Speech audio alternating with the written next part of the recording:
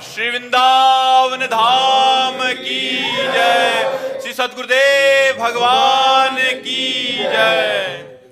अरविंद चौहान जी। राधा वल्लभ श्री हरिवंश।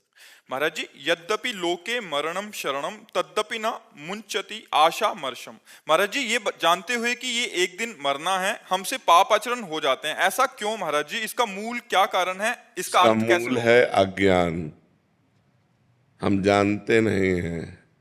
हम विष्ठा को विष्ठा जानते हैं तो कभी उसका प्रयोग करते हैं क्या? नहीं करते।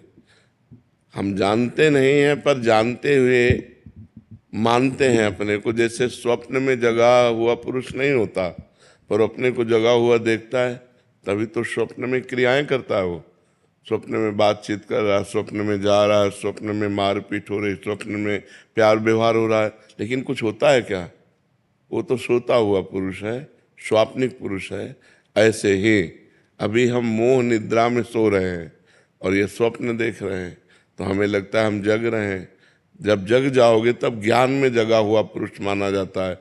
जिस समय तुम जग जाओगे तो असत वस्तुओं को मलवत बमनवत विष्ठावत त्याग दोगे। रमा विलास राम अनुरागी तजत बमन जिम जन बड़ भागी। जैसे उल्टी को आप नहीं खाओगे, जैसे मल का प्रयोग नहीं किया जाता है, जैसे हम विष का प्रयोग नहीं करते खाने में, ऐसे ही हम अपने जीवन में गंदे आचरणों को, जिनको जानते हैं कि ये पाप कर्म है, वो कर्म हमसे होंगे ही नहीं। जब हम असलियत में जान जाएंगे तो ये जानना कब होगा? गुरु की शरण में होकर के शास्त्र के अनुसार जितना बने आचरण करो और नाम जप करो। तो नाम जप से तुम्हारे अंदर आध्यात्मिक बल आएगा, उसी बल से सब ज्ञान विज्ञान प्रकट हो जाता है। जिन्होंने राम कहना अपनी सामर्थ्य नहीं थी उनकी कि राम कहना आए, उन्होंने वाल्मीकि रामायण लिख दी। किसके बल से? मरा मरा मरा मरा मरा मरा मरा भगवान के नाम के बल से भगवान के पावन चरित्र की रचना कर दी, जो हमारा इतिहास में आता है, वाल्मीकि रामायण। तो यदि हम नाम जप करें तो हमारे अंदर ऐसा बल आ जाएगा कि हम जिन आचरणों को जानते हैं कि नहीं करना चाहिए, उन आचरणों को हम रोक पाएंगे, और जिन आचरणों को चाहिए कि करना चाहिए, उन आचरणों को हम कर पाएंगे।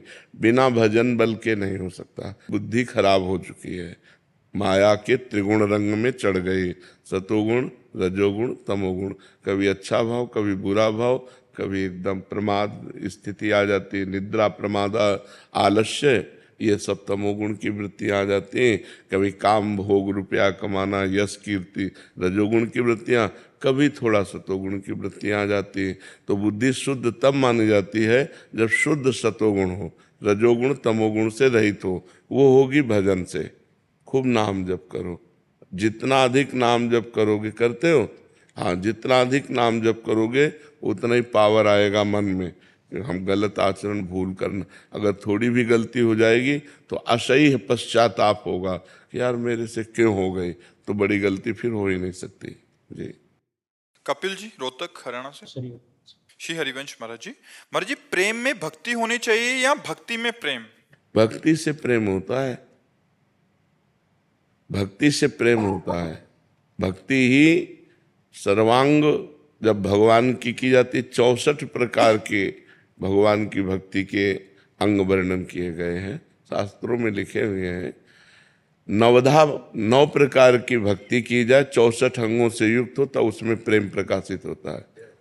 तो जो हमारा श्रवणम कीर्तनम स्मरणम विष्णुपाद सेवनम अर्चनम वंदनम सख्य दास्य आत्मनिवेदनम, भगवान की 9 भक्ति की जाए तो इससे हमारे अंदर भगवान की 10धा प्रेम लक्षणा भक्ति जागृत होती।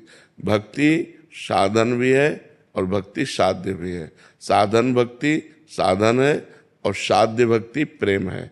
जब प्रेम के द्वारा भगवान का नाम जप किया जाता है, प्रेम के द्वारा भगवान की कथा सुनी जाती है, प्रेम के द्वारा भगवान की अर्चना वंदना की जाती है, तब वो अलग होती है। पहले प्रेम प्राप्ति के लिए हमारी अर्चना वंदना नाम कीर्तन भजन साधन होता है। ये साधन भक्ति। किसका प्रश्न है? हाँ, तो ये साधन भक्ति है। साधन भक्ति से भाव भक्ति प्रेम भक्ति की प्राप्ति होती है। बिना भक्ति के प्रेम कैसे जागृत हो जाएगा? ईशु सिंह जी। राधे राधे महाराज जी। महाराज जी, मैं ईमानदारी से जीने, दूसरों की मदद करने और गलत रास्ते पर नहीं चलने का प्रयास कर रहा हूँ, लेकिन मुझे लगातार दर्द, उसमें महाराज जी पूरा कहानी लिखा है इन्होंने, फिर आगे लिखा है मेरी आत्मा अभी थक चुकी है, लेकिन ये अभी सबकी आत्मा फंसी हुई है, तुम्हारी नहीं है। कोई बिरला ही जीवन मुक्त होता है, नहीं सब माया में फंसा हुआ है। और ये जो हमें आज है कि हम बहुत अच्छे आचरण से चलते हैं और हम कोई अधर्म आचरण नहीं करते, फिर भी हमको दुख मिलता है, ये हमारे पूर्व कर्मों का फल है, भोगना पड़ता है। इसीलिए संभाल के कर्म करना चाहिए। कर्म बिना भोगाए नष्ट नहीं होता। या तो भगवत प्राप्ति हो जाए तो सब नष्ट हो जाए, नहीं तो फिर अवश्य में बड़े बड़े संतों को भोगना पड़ता है। जो बिल्कुल पाप नहीं करते हैं, बहुत सही ढंग से चलते हैं, उनको भी भोगना पड़ता है। किसका प्रश्न है? हाँ, तो ये बात समझ लो। तो इससे अच्छाई ना छोड़ो, जो अच्छे आचरण कर रहे हो वो यथावत करते रहो, दूसरों की भलाई करते रहो। तुम्हें जो कष्ट मिले उसे तुम सह जाओ, तो तुम्हारा नया व्यापार, नई खेती बहुत बढ़िया है। पुराना जो पाप कर्म है वो नष्ट हो जाएगा, तो आगे आपको बहुत सुख मिलेगा। अगर अगला जन्म भी हुआ तो बहुत अच्छे कुल में, बहुत अच्छी सुख साम्राज्य में, और बुद्धि भी शुद्ध रहेगी। तो दूसरों की भलाई करने जैसा धर्म नहीं है, पर साथ में नाम जप करते रहो। नाम जप करते हुए दूसरों की भलाई करते रहो, तुम्हारा मंगल ही होगा, कभी अमंगल नहीं होगा। अगर दुख आ रहा है तो ये हमारे पूर्व कर्मों से आ रहा है। बड़े बड़े संतों को कष्ट भोगना पड़ा है, किसी के कैंसर, किसी के ये, तो पूर्व जन्मों का पाप जो है वो भोगना पड़ा है। महाराज जी, अगर पूर्व में गलत काम हो गए हैं तो अब राधा नाम का सहारा ले लिया है, तो इसी जन्म में श्री जी मिल जाएंगे महाराज जी? हाँ, इस जन्म में मिल जाएंगे, लेकिन पूरी ब्रक पक्की लगनी चाहिए। अब लो नसानी, अब ना नसानी, आज तक किया अब नहीं करेंगे। ऐसे हमारे इतिहास में बहुत से महापुरुषों के चरित्रों में लिखा है कि वो पहले वैश्यागामी थे, पहले हिंसक चोर डाकू थे, लेकिन जिस दिन से बदले फिर अब लो निशानी, अब ना निशानी। अगर हमसे पाप हो गए हैं और हम नाम जप कर रहे हैं, इससे सारे पाप नष्ट हो जाएंगे तब, जब अब नया पाप नहीं करोगे तब। अगर वही पाप करते रहो, नाम जप करते रहे, तो प्लस हो जाएंगे, जुड़ जाएंगे, और हमें दंड मिलेगा। नाम का अलग फल मिलेगा, पाप का फल अलग मिलेगा। अगर आज से हम पाप नहीं करते हैं तो हमारे नाम जप के प्रभाव से पूर्व के सारे पाप भस्म हो जाएंगे और मुझे इसी जन्म में भगवत प्राप्ति हो जाएगी। खूब डट के नाम जप करे, पर डरे, पाप कर्म से डरे। पाप एक अंधियारा है, एक दुख है, एक विपत्ति है, एक महान विघ्न है जो हम कर देते हैं, वो सुरक्षित जमा रहता है, फिर हमको दंड देता है।